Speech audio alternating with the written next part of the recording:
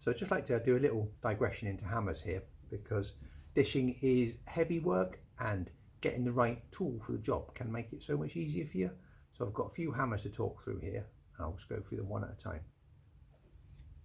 Number one, basic 2-pound ball peen hammer. This is no good for dishing. The reason for this is that curved surface there is designed for peening off rivets, and it's too steep a curve for forming dishes for any armour that I've ever made. Okay?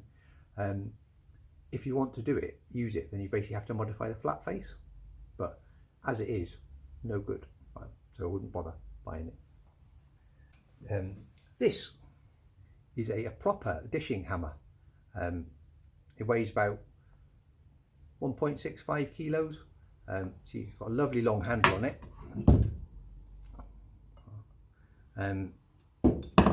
Now I use this, but I can't use it for very long because it's actually slightly too heavy for me, so it tires me out too quick. So if I need to give something a decent smack or something's deep inside, then I would use this. But my normal hammer I use is just a modified 3-pound blacksmith's cross peen, again with that 2.5-inch radius carved into the top. Me and this hammer are old friends, and it works really well, and I think I'm conditioned into using it now. This is my dishing stump with a ruler across it just for reference. This was a chunk of old tree that somebody gave me. As you can see, there's 3 dishes carved into it. The smallest one just here, which is my smoothing off dish. A shallow dish here for doing things that don't require too much dish. Then this is my deep dish here. Now these are all just carved out with an angle grinder and then pounded down with a hammer. And this whole stump itself is just an unfinished lump of tree. Made these a few years ago. Really helpful for doing body type measurements. There's not many devices available on the market where you can actually get to measure people's heads and fronts and backs. So I'm just going to use this on my knee now. Hold it firm so it doesn't move. Measure it down there. That's 3 3/4 inches. So if I then allow 1/4 of an inch for the lames, which will fit on the inside of the knee, and then allow 1/2 inch of padding for each side, that means that my shell needs to be 5 inches across in the middle. Right, we're going to move on to dishing our first piece of the project here. Just going to take one of the little fans and I'll show you how to shape it. This is quite loud, so see, ear defenders. Wear a glove on the hand that holds the bit of material. Don't normally wear a glove on my hammer in hand because it makes it quite hard to grip.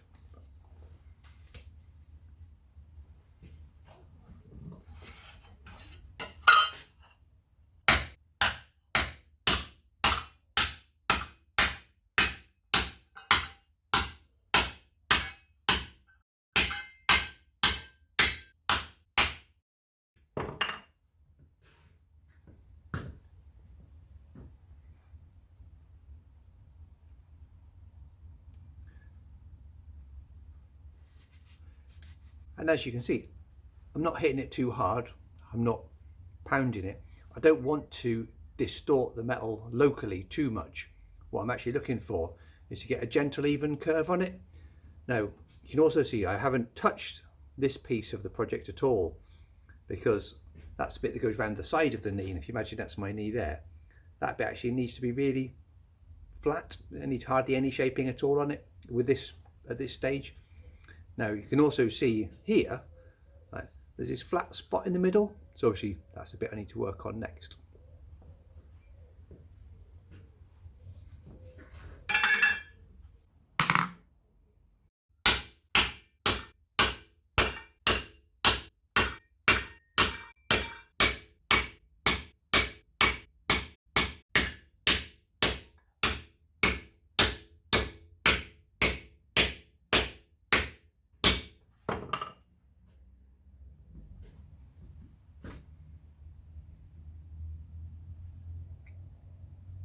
Second pass of dishing complete.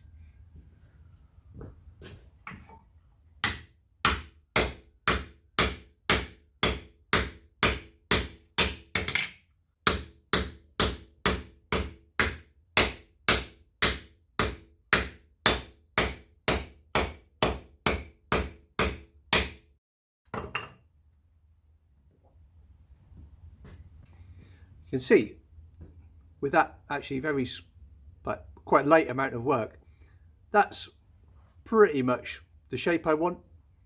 Now what you can also see is this is quite lumpy across here, so now I'm going to use the really shallow dish to do a process called bouging, which is the same hammer, same piece, but what this does is actually take out some of the big lumps I've put into it during the dishing process, and that makes the next bit easier.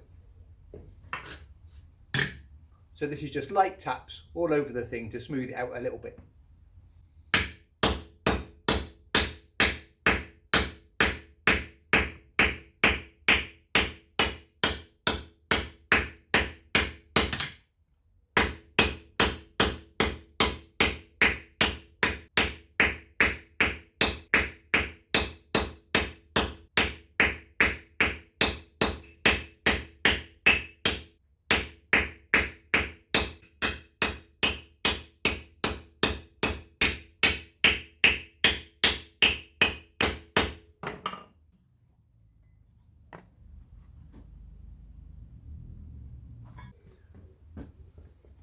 Now, I don't know how well this will actually come across on video, but here, and I can definitely feel it, that is quite smooth finish now. So here I am, I've put my knee cop flat on the bench here and seeing how did I get to? Well, that's 2.5 inches. So that's almost perfect, and that's just with the dishing and bouging process. I haven't done anything else to it yet. So that's pretty cool, and I'll be able to move on to planishing with that straight away.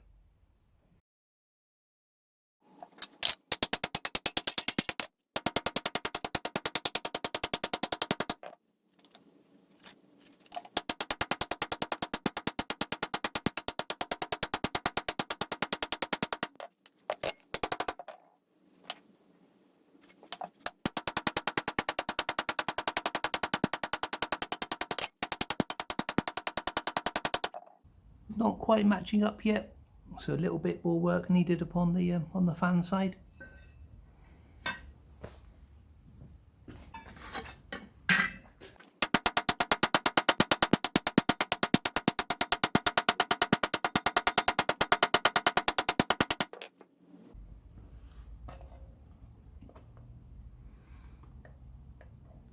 Now that is not a bad match up for this stage in the project, and these bits nearly ready to move on to planishing.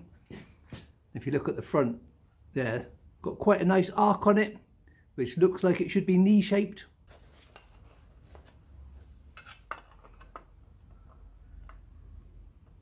See,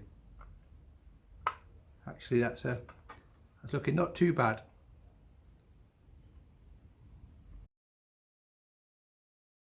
I'd like to talk a bit about hammering.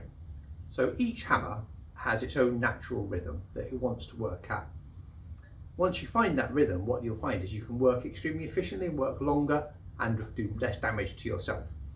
Now, the way you'll find the rhythm is if the hammer feels like it's bouncing back, and you can just bounce, catch, bounce, catch, bounce, catch, and you don't have to grip it hard or force it into it, then you're doing it right. Now, what that often means is you have to hammer slower than you think you might, but I can't stress enough how important this is if you want to have any sort of longevity of your work time or your life as an armourer. I just want to do a bit here, and I'll show you what a difference it makes, and you can see the difference in my technique. So it could be hammering at a good speed.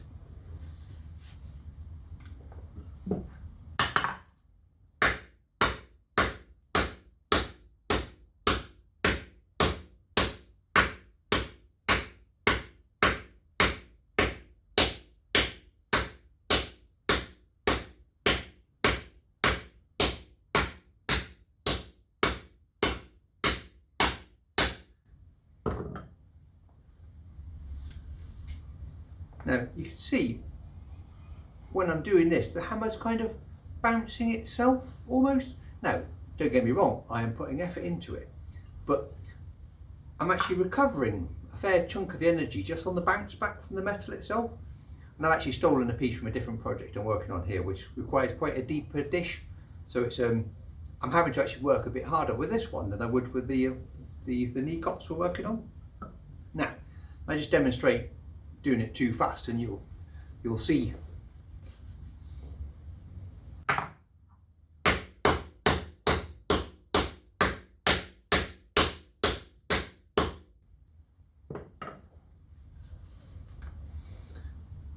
And you should be able to see from that that I'm having to force the hammer in, and that as I'm forcing it, I'm burning energy that I don't need to do.